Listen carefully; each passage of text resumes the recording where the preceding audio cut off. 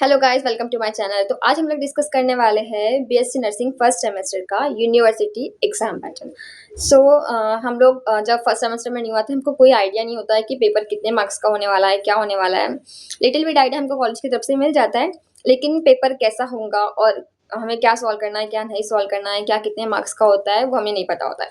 तो वही आज हम लोग डिस्कस करने वाले हैं। तो एनाटॉमी और फिजियोलॉजी और साइकोलॉजी सोशियोलॉजी कंबाइंड पेपर होते हैं, और फर्स्ट सेमेस्टर में हमको एनाटॉमी फिजियोलॉजी और साइकोलॉजी सोशियोलॉजी 2 पेपर सॉल्व करने होते हैं। तो आज हम लोग एनाटॉमी और फिजियोलॉजी के बारे में डिस्कस करेंगे कि कैसे एनाटॉमी और फिजियोलॉजी का पेपर मार्क्स डिस्ट्रीब्यूशन होता है in university exam for BSc nursing first semester. आप जैसे फर्स्ट सेमेस्टर में न्यू आते हो, आपको कुछ आइडिया नहीं होता है, तो आपको ये पता होना जरूरी है कि पेपर पैटर्न या फिर मार्क्स डिस्ट्रीब्यूशन कैसे होता है।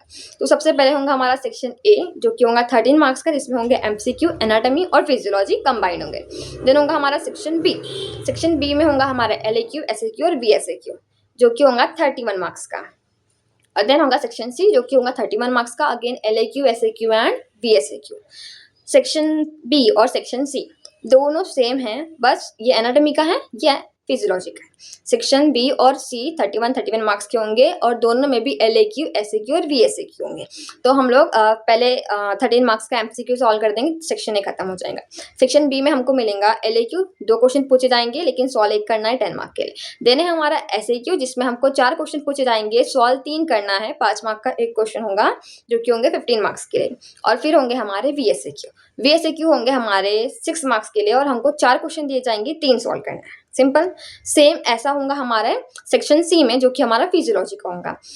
10 मार्क्स के लिए हमें एलएक्यू दिए जाएंगे 2, सॉल्व 1 करना है। देन एसएक्यू दिए जाएंगे 4, सॉल्व 3 करने हैं, 5 मार्क्स ईच। फिर उसके बाद होगा हमारा वेरी शॉर्ट आंसर क्वेश्चन, जो कि हमको 4 पूछे जाएंगे, लेकिन सॉल्व सिर्फ 3 करना है, जो कि होगा 6 मार्क्स के लिए। तो ऐसे हमारा 75 मार्क्स का यूनिवर्सिटी का पेपर डिस्ट्रीब्यूशन होता है, जिसमें 13 मार्क्स के एमसीक्यू और फिर 31 मार्क्स का सेक्शन बी एंड 31 मार्क्स का सेक्शन सी होता है।